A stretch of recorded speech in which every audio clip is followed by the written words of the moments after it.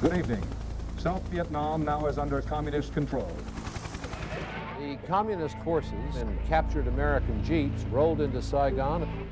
The American embassy was sacked, burned, and looted.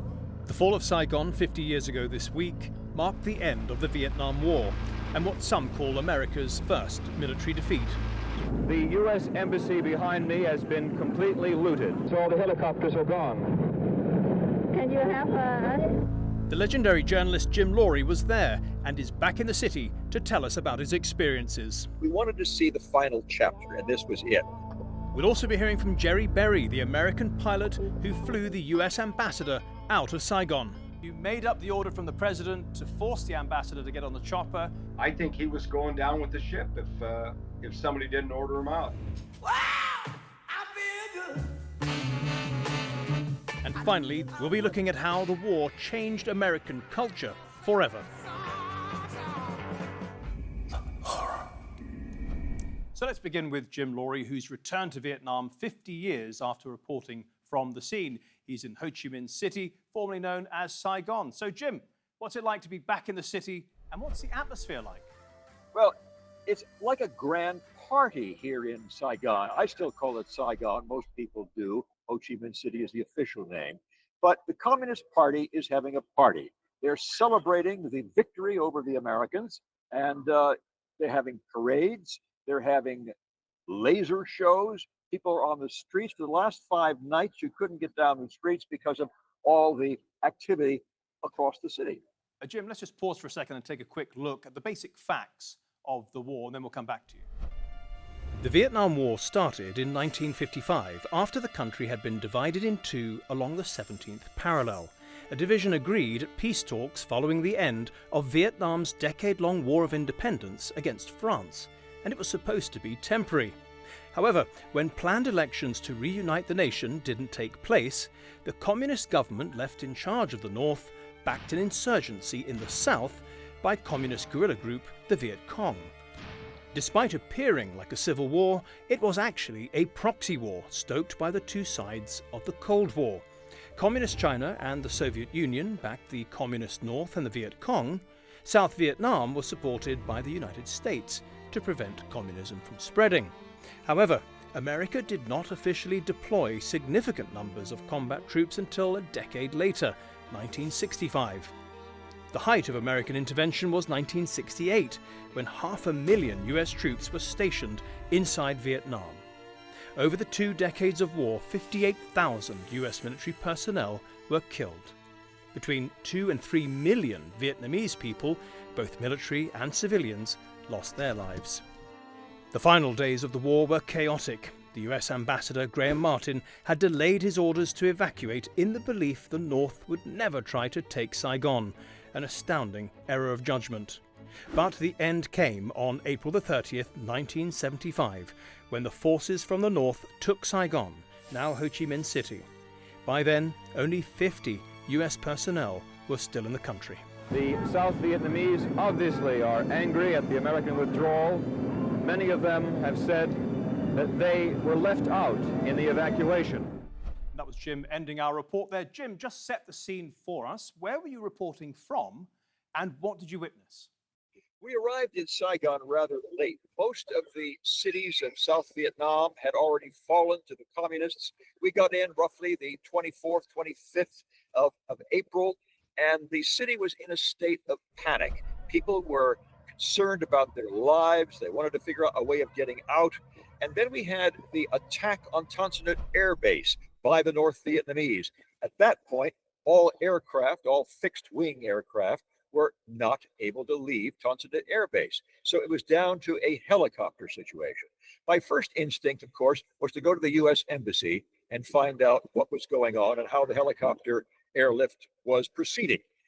I had already decided quite some time ago that I would not leave on the helicopter airlift. Instead, I would stay in Saigon, see the story out, and see what was inevitable now, the victory of the communist forces from the North. So I was outside the embassy, watching what was going on, panic enveloping the embassy, people trying to push their way either into the embassy or over the walls, U.S. Marines on the walls trying to keep people back. It was an absolute chaotic scene. Jim, we can see from the pictures everybody was panicking. They wanted to get out of the South and over to the United States for fear of what the North Vietnamese would do to them. Where did you get the guts to stay? Well, we sort of sat down, and I must say I had the help of one of the world's greatest cameramen, a man named Neil Davis from Australia. And he was the guy who I trusted and I worked with. We sat down to plot our strategy. We were quite confident that the North Vietnamese communists would actually be fairly friendly to foreign journalists. From their point of view, this was a victory that they wanted reported. They called it liberation, and they wanted journalists to talk about their liberation, their defeat of the Americans. So from that point of view, we thought we were in pretty good shape. Where we were somewhat concerned was about the South Vietnamese. We feared that South Vietnamese, who felt betrayed by the Americans, felt that they were being left behind to die, that was their view, that they would be exceedingly angry and take it out on any foreigner that they saw. As it turned out, the South Vietnamese army just disappeared, shed their uniforms, did not put up any further fight, and did not come after any of us foreigners. And the North Vietnamese, I must say, proceeded with exceeding caution. And so we were in pretty good shape by the time the North Vietnamese entered Saigon. Jim, we're about to hear from Gerry Berry, the US pilot who evacuated the ambassador from the embassy in Saigon. Just tell us about the ambassador. He's been blamed for some of the chaos of that day. I think there were two factors about Ambassador Graham Martin. Number one, I think he was a dedicated man who wanted to save as many lives as possible. I think he really did believe in the bloodbath theory, that there would be a bloodbath in Vietnam, and anybody who had association with the Americans could fall victim. So he wanted to rescue, if you will, as many South Vietnamese as he could.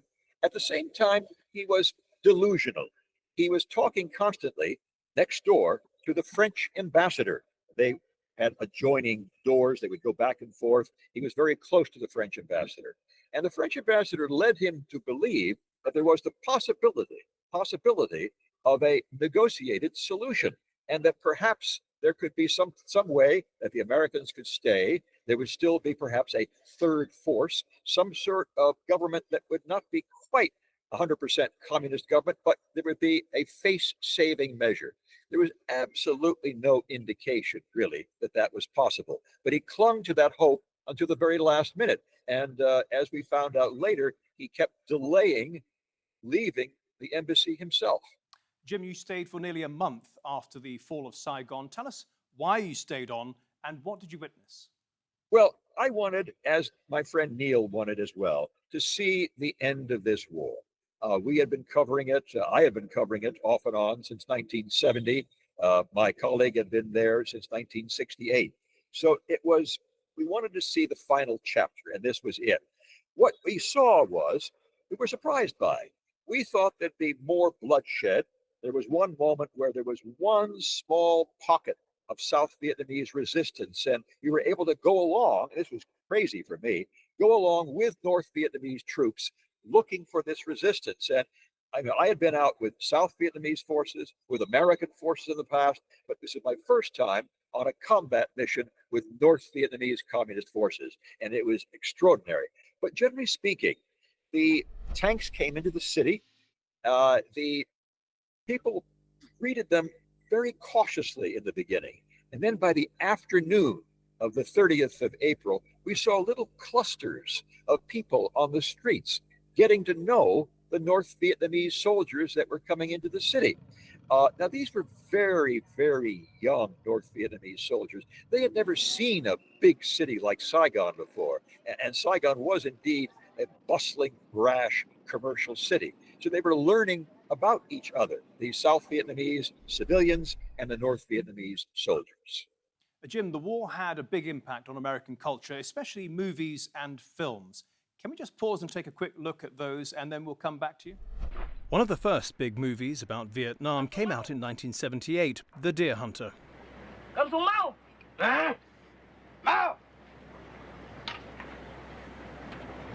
Cầm súng mau! That was followed by Coppola's masterpiece, Apocalypse Now.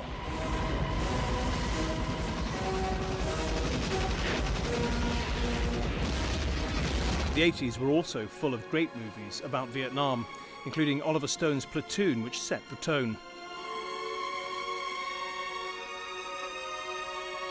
Good morning, Vietnam! The following year, there were two standouts, Robin Williams giving a stunning performance as a naive DJ sent to war. I feel good. I knew that I would not.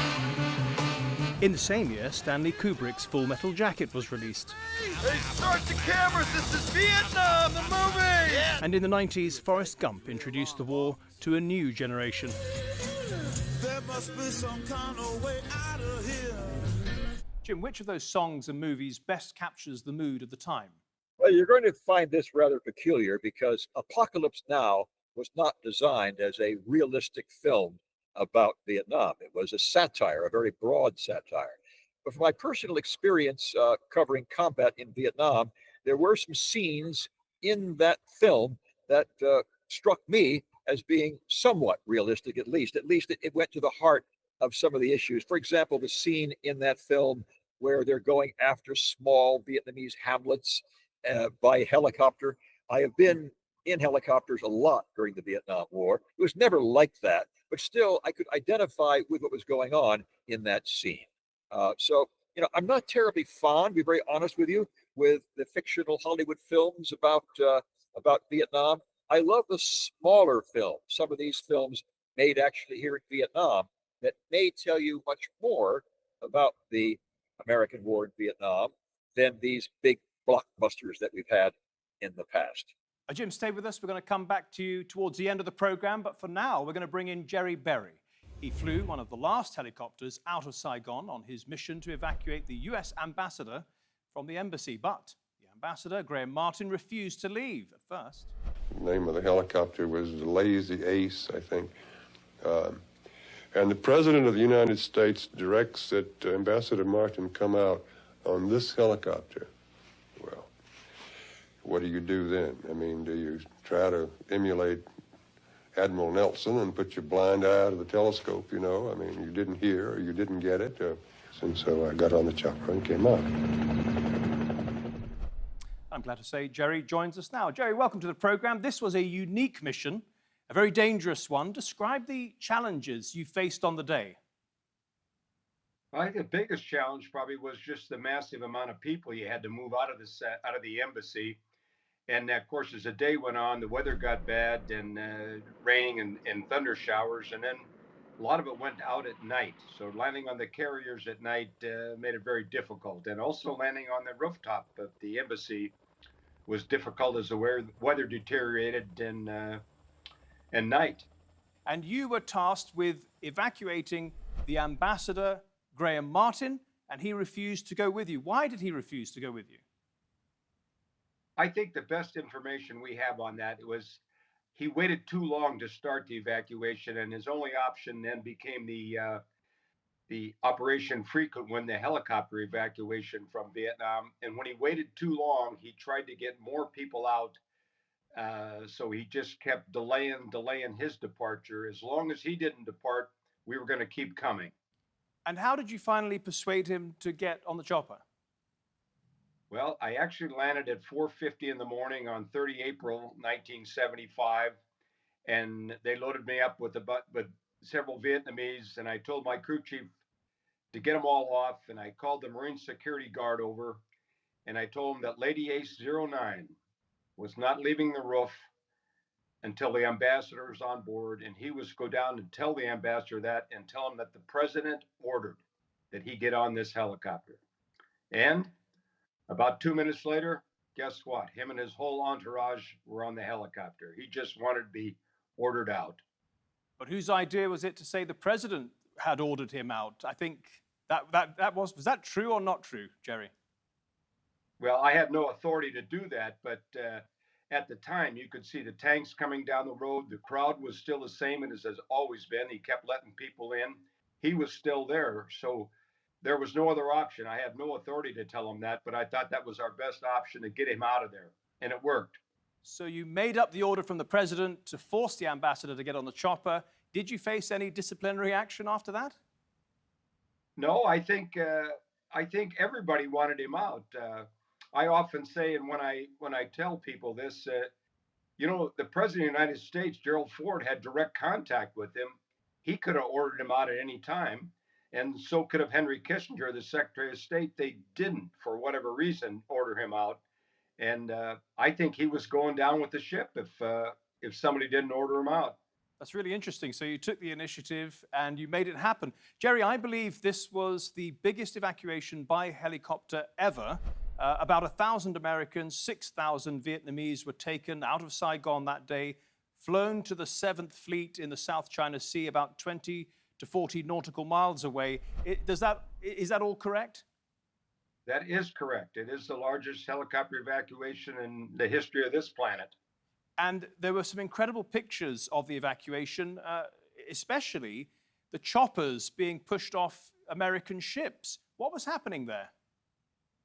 Well, those choppers were choppers that belonged to the South Vietnamese military, and several of them flew themselves and their families out, landed on the carriers, and then, of course, the ships had no place to land their own helicopters or park them, so they had to get rid of them. So they threw those over the side. That must have been incredibly heartbreaking in a way for the American military and for the South Vietnamese, because as I understand it, the helicopters were everything to the troops out there. Yeah, it was unbelievable to watch them they threw them off almost every ship as they landed. So yeah, it was heart-rending, especially after having basically spent 15 years at war there for the United States of America. And I was probably even more heart-rending for the Vietnamese, of course, because they were losing their country along with all the other stuff. I understand that night, it was a very, very hard night for you. You were flying for many, many hours, and you were rather curious and then asked your commanders, why is it that you're in the air and there's nobody else in the air? What happened? Well, that's very true. I actually asked helicopter extra control why we only had 2 helicopters out of the 71 transport aircraft flying at 3, 4 in the morning. And their answer was, of course, that it was the weather and aircraft maintenance needed to be done. Well, I thought I was about the first one off, so I could have used the crew rest. But there was a lot of confusion in the command structure at that time, too. Several General Kerry at least didn't want them shut down, but Admiral Whitmire is the one that shut the aircraft down, and he thought it for safety purposes mostly. And then we did crank up one more aircraft, one more CH-46 to help us get the last 61 Marines off the roof after we took the ambassador out. The NBC reporter Jim Laurie has been telling us how when the Americans fled Saigon, he was actually quite worried about the South Vietnamese rather than the North Vietnamese, because he felt that they felt betrayed by the Americans, let down. And I was just wondering, when you were flying away for the last time, and you were looking back, did you feel that America had let down their allies? Well, I don't know what options we had at that point. I think that, yeah, there was certainly a time when we could have given more assistance and better help. But after they signed the peace accords in 1973, and part of that was to get all the American fighting troops out of Vietnam, I don't know what options we had left. It was a tragic end. It was a very tragic end for all of us. Gerry, just a final question. Looking back at the conflict, the war 50 years ago, are you one of the Americans who thinks it was worth the fight, or do you think that you should never have been in it in the first place? You know, I'm not know if I'm smart enough to answer that. I'll tell you, when we went as young men, I thought fighting for the freedom and for the people of South Vietnam was a noble cause. And we were told that we were going to stop the spread of communism. And I think that was a noble cause. And I think we played a big role in accomplishing that. So, yeah, I'm not smart enough to tell you we should have been there or not. But I think for us who went, and I think the United States of America thought it was a noble cause at the time. It didn't work out as well as it could. But I guess that's the way war goes.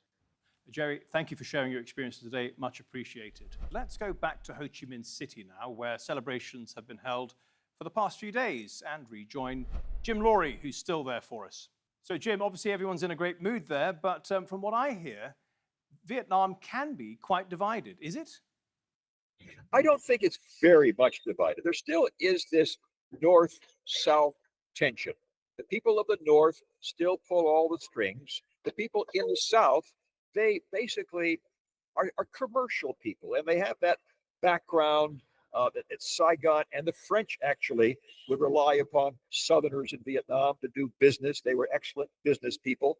And so there is this tension between the more arrogant Northerners and the more commercial Southerners. There is that.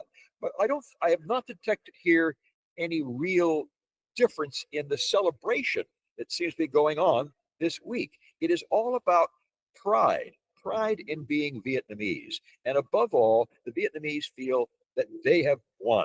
They beat the French, they beat the Americans. When the Chinese tried to attack them in 1979, they beat back the Chinese. So there is a sense of, I wouldn't say triumph, but certainly a sense of pride. Jim, the Americans got into this war to stop the spread of communism 50 years on. What kind of country is Vietnam? Vietnam is an exceedingly prosperous nation. It is one of the tigers of Southeast Asia. They have made remarkable strides in the last, I would say, 25 years. It's interesting. When you go back and you look at what happened after the war, I left, as I said earlier, in 1975 in late May, and could not come back to Vietnam until 1979. I had been denied visas repeatedly. But I did come back in 1979, and I found a completely bankrupt, poverty-stricken nation. They could not feed themselves, despite having, vast rice resources in the Mekong Delta. They could not feed themselves. They were among the poorest nations in the world. And what they were doing was actually fairly stupid. They admitted that. They went into a very strict, collectivized system whereby communes were built. There was no private enterprise. Nothing was permitted from 1976 all the way up to 1986, 87. Then they put into effect something called Doi Moi. In this, they were copying their Chinese neighbors who had put economic reforms in effect after the death of Mao Zedong. And so you have a situation here where all of a sudden they unleashed the people's desire to be capitalists, and markets sprung up. The collectivized agriculture was abolished, private farming returned, and by the 1990s, we have a situation where the Americans normalize relations under President Clinton, and that really kickstarts things. The Americans stop their embargo on the country, and so Vietnam really begins to take off by about 1995, 1996, and it's been up, up, up ever since. I must caution one thing. When I talk to people here in Vietnam right now, they are worried about two things. The biggest worry right now are the recent tariffs imposed upon the Vietnamese by President Trump. And this is a major issue here. What it has done, it has forced the Vietnamese, pretty much against their will, to cozy up with the Chinese neighbor to the north. They don't necessarily like the Chinese very much, but they see that as the only way if the Americans are going to pull out of their economic relationship that is very important to the Vietnamese today. Jim, the final transmission from Saigon was from the CIA station chief, Thomas Polgar, on April the 29th, 1975. He wrote, "This will be the final message from Saigon station. It has been a long and hard fight, and we have lost. Those who fail to learn from history are forced to repeat it. Let us hope that we will not have another Vietnam experience and that we have learned our lesson." Saigon, signing off. Jim, half a century on, what has been the legacy of the Vietnam War? What bothers me about the Vietnam War and the legacy is this. The Americans do not seem to have really learned very much. They went into unwinnable wars in places that they did not understand very well. And they did it again in Iraq, they did it again in Afghanistan. If you go back and look, you will see the scenes that I witnessed in Vietnam of people desperate to leave and getting out on helicopters, the same scenes we saw in 2021 in Afghanistan. So the question is, do the Americans learn? And from history, they continue to go into unwinnable wars in places where a lot of good experts on those countries have told them that they cannot succeed. And that to me is a very sad legacy of the war. Jim, thank you so much for joining us today with your unique perspective. Thank you. And thank you at home and on your phones for watching. If you want to see this program again or any of our previous programs, do go to our channel on YouTube. Just type in Nexus TRT World. Till next week then, goodbye.